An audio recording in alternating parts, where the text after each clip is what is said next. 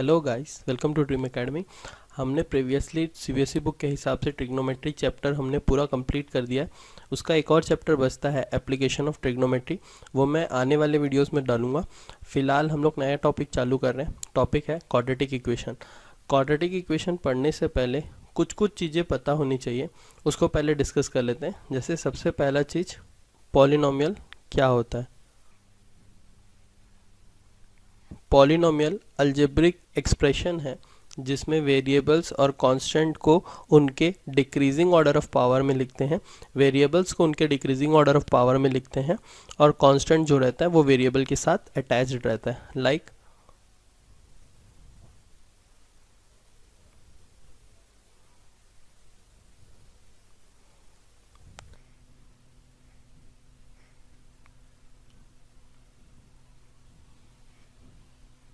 अब numerical equations में ये a का बेस 0, a का बेस n-3, a का बेस n-2, ये सब मत खोजने लग जाना।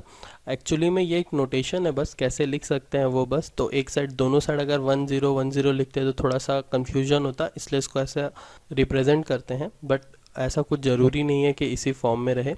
हाँ, पावर हमेशा डिक्रीजिंग ऑर्डर में ही होना चाहिए। ये पॉलिनोमियल का एक स्पेशल फीचर है। अब पॉलिनोमियल के अंदर एक स्पेशल टाइप है जिसको बोलते हैं क्वाड्रेटिक। अब इसके कुछ अपने स्पेशल फीचर्स है, लाइक हाईएस्ट पावर, इक्वेशन का हाईएस्ट पावर जो होगा वो होगा 2। इसी हाईएस्ट पावर को एक और नाम देते हैं डिग्री, यानी क्वाड्रेटिक इक्वेशन ऐसे इक्वेशन होंगे जिनके डिग्री होगा 2। तो अगर डिग्री 3 हुआ तो उसको क्या बोलेंगे, क्यूबिक। तो हर एक डिग्री का अपना एक नाम है। लाइक अगर 1 है तो उसको बोलते हैं लीनियर, 2 को बोलते हैं क्वाड्रेटिक, 3 को बोलते हैं क्यूबिक। क्यूबिक से ज़्यादा बड़ा 10 तक में सिलेबस में नहीं है, तो उससे ज़्यादा जानने की उतनी ज़रूरत नहीं है। तो पॉलिनोमियल हो गया, क्वाड्रेटिक हो गया।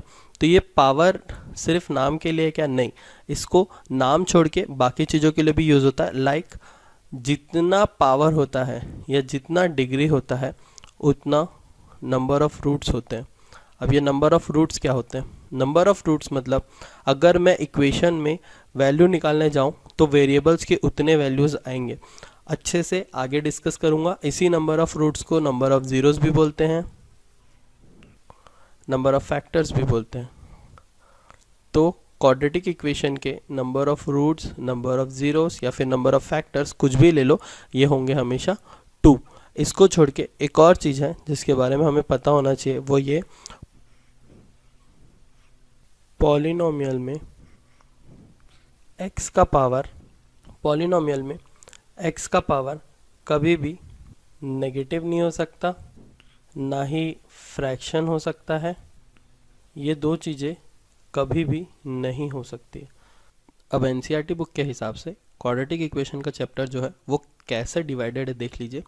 ये चैप्टर ऐसा देखा जाए तो पूरे 4 पार्ट में डिवाइडेड है।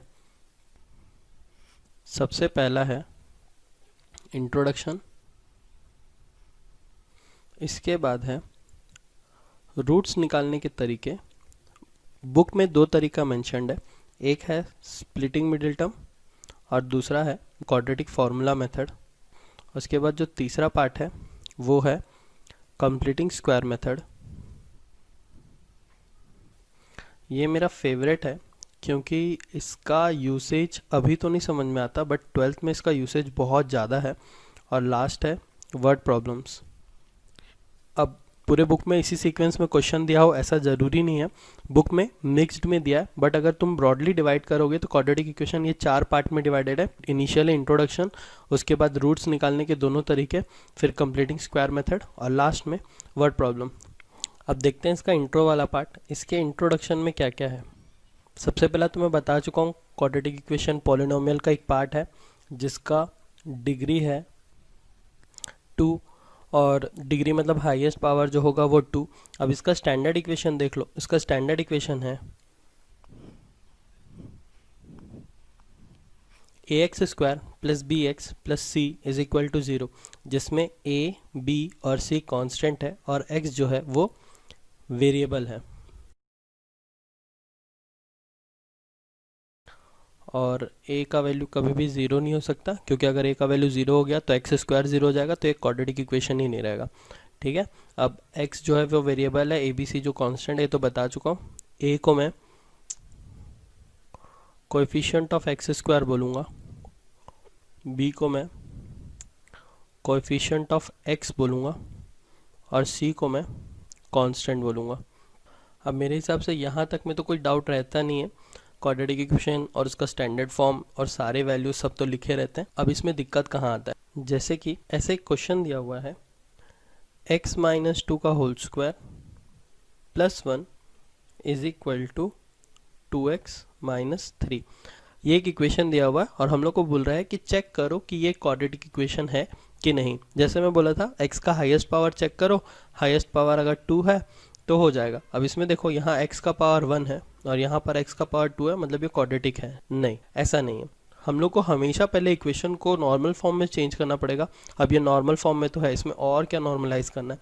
यहाँ पर ये a प्लस बी का होल स्क्वायर या a माइनस बी के होल स्क्वायर के फॉर्म में, इसको पहले हम लोग को ब्रेक करना पड़ेगा। तो ब्रेक करके देख लीजिए।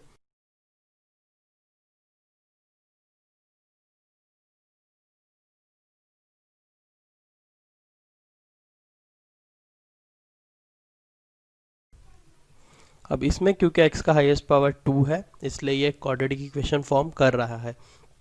अब एक और क्वेश्चन देख लेते हैं। इक्वेशन है x into 2x plus 3 is equal to x square plus 1। अब इसमें तो x का पावर 2 मिल गया, तो ये क्वाड्रेटिक इक्वेशन तो हो गया।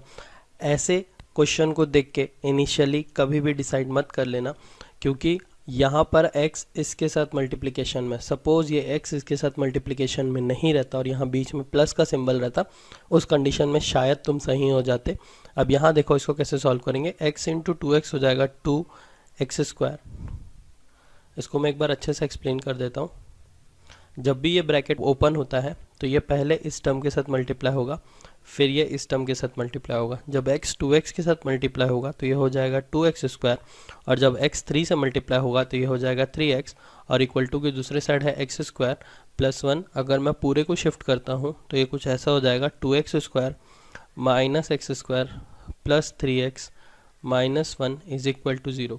अच्छा, ध्यान देना, मैं एक स्टैंडर्ड इक्वेशन के सेट को मेंटेन कर रहा हूँ, यानी मैं सबसे पहले एक्स स्क्वायर के सारे टर्म लिख रहा हूँ, फिर x और फॉलोड बाय कांस्टेंट। अब मैंने इसके भी सिंबल नहीं लिखा, सिंबल हमेशा क्वेश्चन पे डिपेंड करेगा, मैं सिर्फ सीक्वेंस को डिस्क्राइब कर रहा था। तो यह 2x square minus x square हो जाएगा x square plus 3x minus 1 is equal to 0। अब एक और क्वेश्चन देख लेते हैं, ये लास्ट है। क्वेश्चन है x square plus 3x plus 1 is equal to x minus 2 का होल स्क्वायर। जैसे कि मैं बताया था, क्वेश्चन देख के सीधा कभी कंक्लूजन में नहीं जाना। यहाँ एक्स स्क्वायर है तो ये क्वाड्रेटिक इक्वेशन हो, ऐसा ज़रूरी नहीं। मैं दोनों साइड चेक करूँगा, तो यहाँ पर ये एक कंबाइंड फॉर्म में है या एक आइडेंटिटी फॉर्म में है, तो इसको मैं ओपन करूँगा। यहाँ a माइनस बी का होल स्क्वायर लग रहा है, ये हो जाएगा a square minus 2ab plus b square. 2 का स्क्वायर होता है 4, मैं यहाँ फॉर्मूला लिख दे रहा हूँ बगल में। अब यहाँ पर कुछ ऐसा हो जाएगा x square plus 3x plus 1। Calculation कर सकते हैं, मैं सीधा शिफ्ट कर रहा हूँ, तो ये हो जाएगा x square minus x square plus 3x minus 4x plus 1 minus 4। ये एक्स स्क्वायर और ये एक्स स्क्वायर हो गया कैंसिल, क्योंकि एक्स स्क्वायर ही नहीं बचा, इसलिए ये क्वाड्रेटिक नहीं है। इसके साथ साथ कुछ और चीज़ें हैं जो मैं इनिशियली मेंशन कर चुका हूँ, मैं फिर से मेंशन कर रहा हूँ। हमेशा ध्यान रखना कि अगर x का पावर फ्रैक्शन में आ गया या फिर x का पावर नेगेटिव है तो ये पॉलिनोमियल फॉर्म नहीं कर सकता। एक स्पेशल टाइप होता है, मतलब इसी क्वाड्रेटिक इक्वेशन में एक जगह जाके हम लोग को क्वेश्चन कुछ ऐसा मिलेगा। तो यहाँ पर तो ये देखोगे तो इसका पावर नेगेटिव है, बट स्टिल ये क्वाड्रेटिक इक्वेशन इसलिए फॉर्म कर देते हैं क्योंकि इनके इक्वल टू के दूसरे साइड एक 0 होता है, तो वहाँ पर एलसीएम लेके हम लोग इसको क्वाड्रेटिक इक्वेशन में चेंज करते हैं। ये कॉन्सेप्ट अलग है, बट इनिशियली अगर एक क्वाड्रेटिक इक्वेशन बना रहे हैं तो वहाँ x का पावर कभी भी नेगेटिव या फ्रैक्शन नहीं हो सकता।